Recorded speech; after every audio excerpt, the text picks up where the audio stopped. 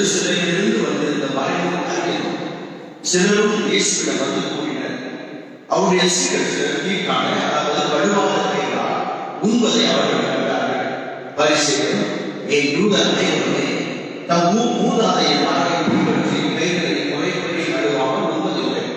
சந்தையிலிருந்து வாங்கியவர்களை கழுவி விடலே உண்பர்.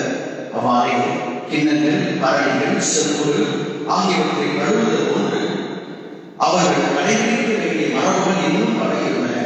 ஆகவே பரிசேயர் மறைமுகத்தில் அவரை நோக்கி, உம் சீடர் மூதாதையின் மரபுப்படி நடவாமல் தீட்டான கைகளால் உணவு அருந்துவதை என்று கேட்டனர். அதற்கு அவர், வெளியேடக்காரராக என்பதை பற்றி எசாயா பொருத்தமாக இறைவாக எழுதியிருக்கிறார். இம்மக்கள் உலகினால் என்னை போற்றுகின்றனர். அவர்கள் உள்ளமோ என்னை விட்டு வெகு தொலைவில் இருக்கின்றது. மனிதன் கட்டளைகளை கோட்பாடுகளாக கற்பிக்கின்றனர். இவர்கள் என்னை வழிபடுவது நீதி என்று அவர் எழுதினார். நீங்கள் கடவுளின் கட்டளைகளை கைவிட்டு மனிதன் மரபுகளை பின்பற்றி வருகிறவர்கள் என்று அவர்களிடம் கூறினார். மேலும் அவர், உங்கள் மரபை நிலைநாட்ட கடவுளின் கட்டளைகளை வெகு திறமையாக புறக்கணிக்கிறீர்களே. உன் தந்தையையும் தாயையும் மதித்து நட என்றும், தந்தையோ தாயோ சமைப்போ கொல்லப்பட வேண்டும் என்றும் மோசே உரைத்திருக்கிறார்களா? ஆனால் ஒருவரும் தாயோ தந்தையோ பார்த்து, நாம் கடமைப்பட்டிருக்கிறது கெர்பான் ஆயிற்று, அதாவது கடவுளுக்கு காணிக்கை ஆயிற்று என்றார். அதன் பின் அவர்கள் தாய் தந்தைக்கு எந்த உதவி செய்ய நீங்கள் அனுமதிப்பதில்லை. இவ்வாறு நீங்கள் பெற்றுக்கொண்ட மரபை பொறுத்து கடவுளின் வார்த்தையை பயனற்றதாக்கி வருகிறீர்கள். இதுபோல நீங்கள் பலவற்றை செய்கிறீர்கள் என்று அவரிடம் கூறினார்.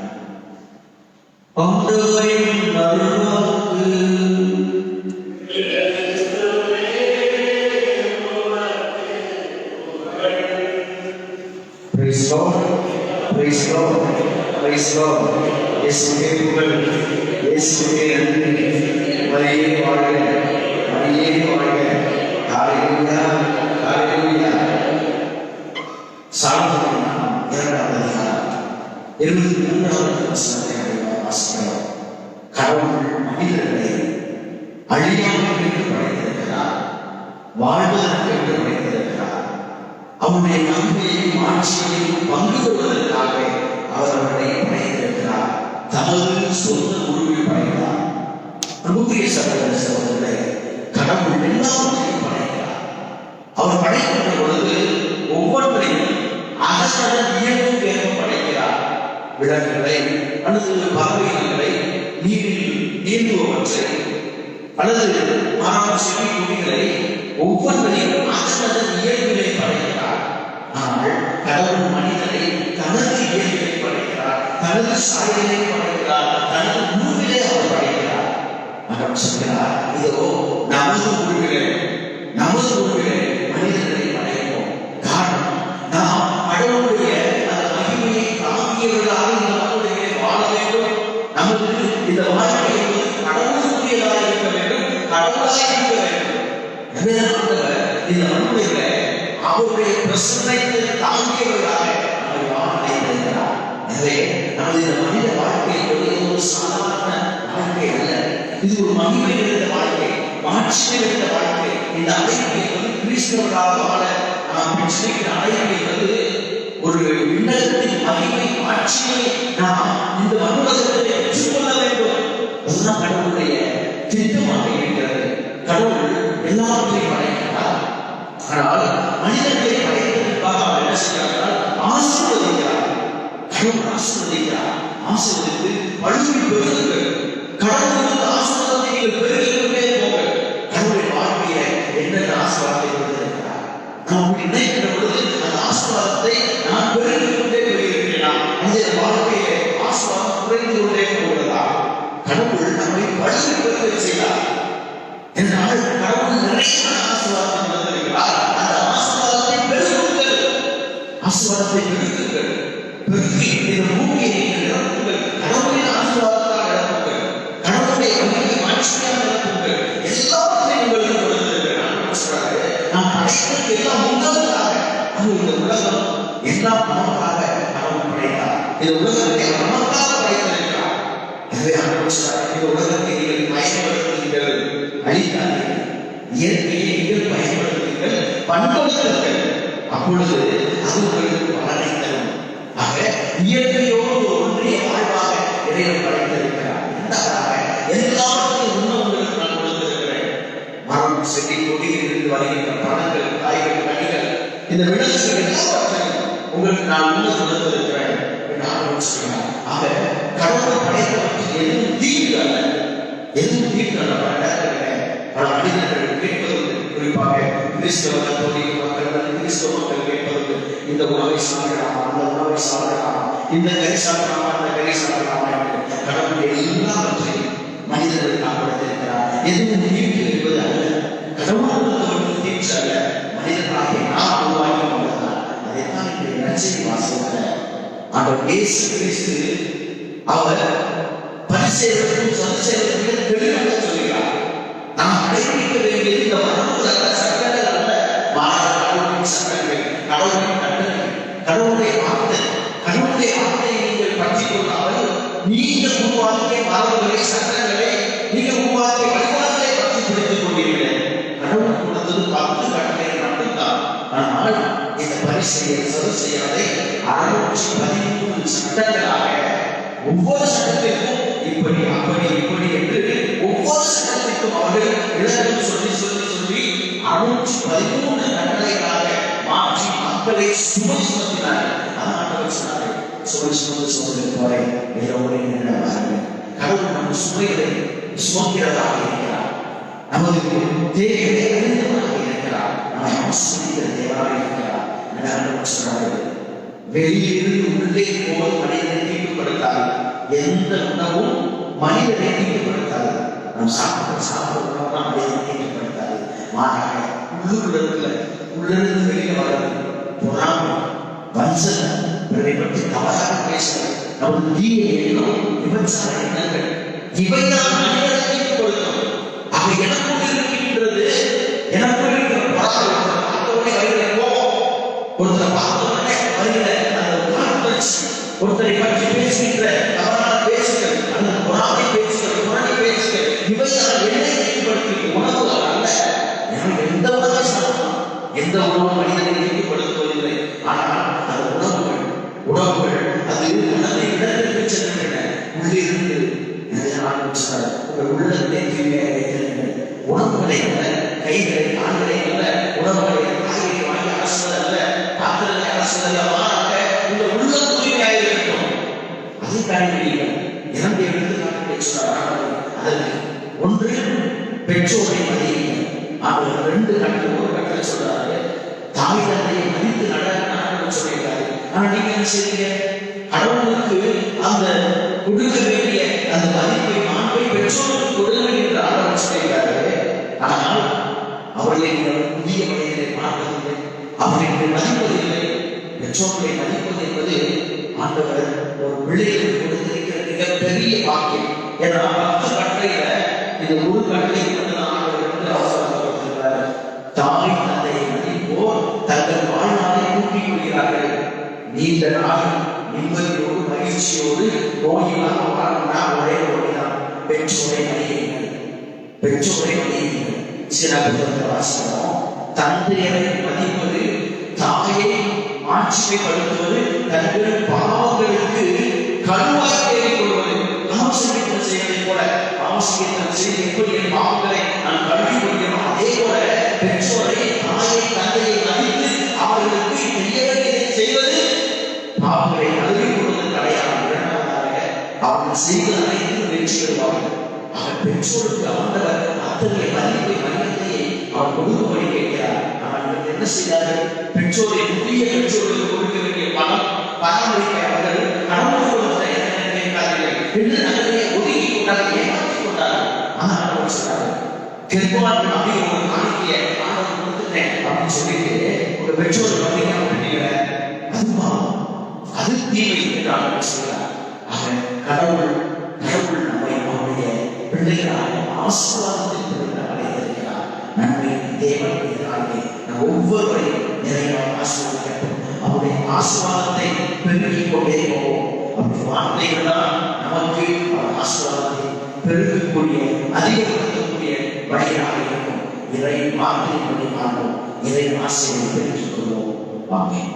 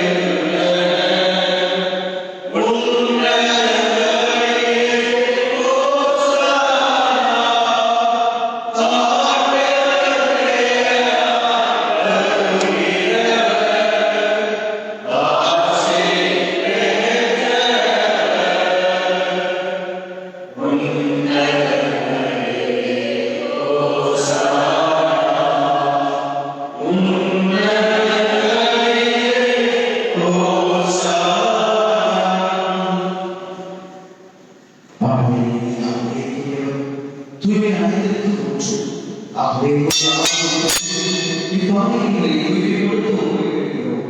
இவ்வாறு நாம் இயேசு கிறிஸ்துவின் உடலும் இரத்தமாக எங்களுக்கு பரிமாறினார். அவர் பார்வையாளர்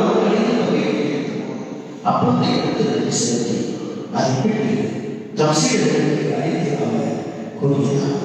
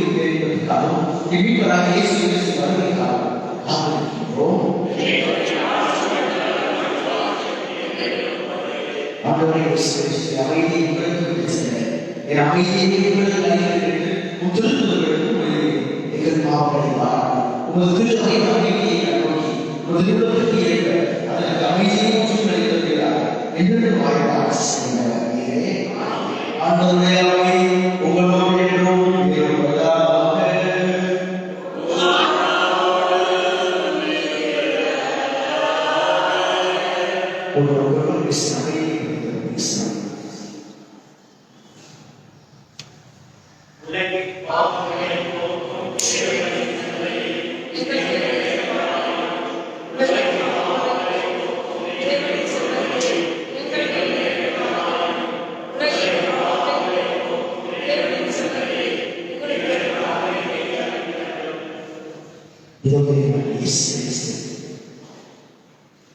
ஆசீர்வாதமாய் வாழ்வதற்கென்றே அவர் நடத்தியிருக்கிறார். தனது மகிமையும் ஆட்சியையும் தந்துவர வேண்டும் என்றிருக்கிறார். இதோ தனது மகிமையும் ஆட்சியையும் சிலுவையிலே வெறுமையாக சபை உலகின் பாவனை போகிறது. இந்த சபையில் அடைக்கப்பட்டுள்ள நம் அனைவருடைய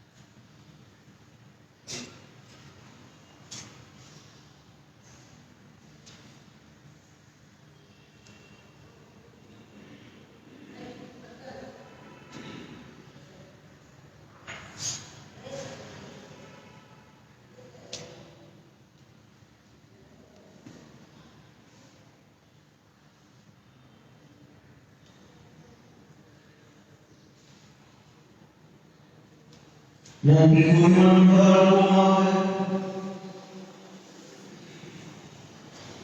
இறைவாவுடைய அப்பத்தில் ஒரே கிண்ணத்திலும் நாங்கள் பங்கேற்கிறதில் அதனால் கிறிஸ்துவுக்குள் நாங்கள் ஒன்றிணைக்கப்பட்டு உலகத்தை மகிழ்வாட எங்களுக்கு அருள்புரிவீராக. எங்களால் மன்றாடுகின்றோம்.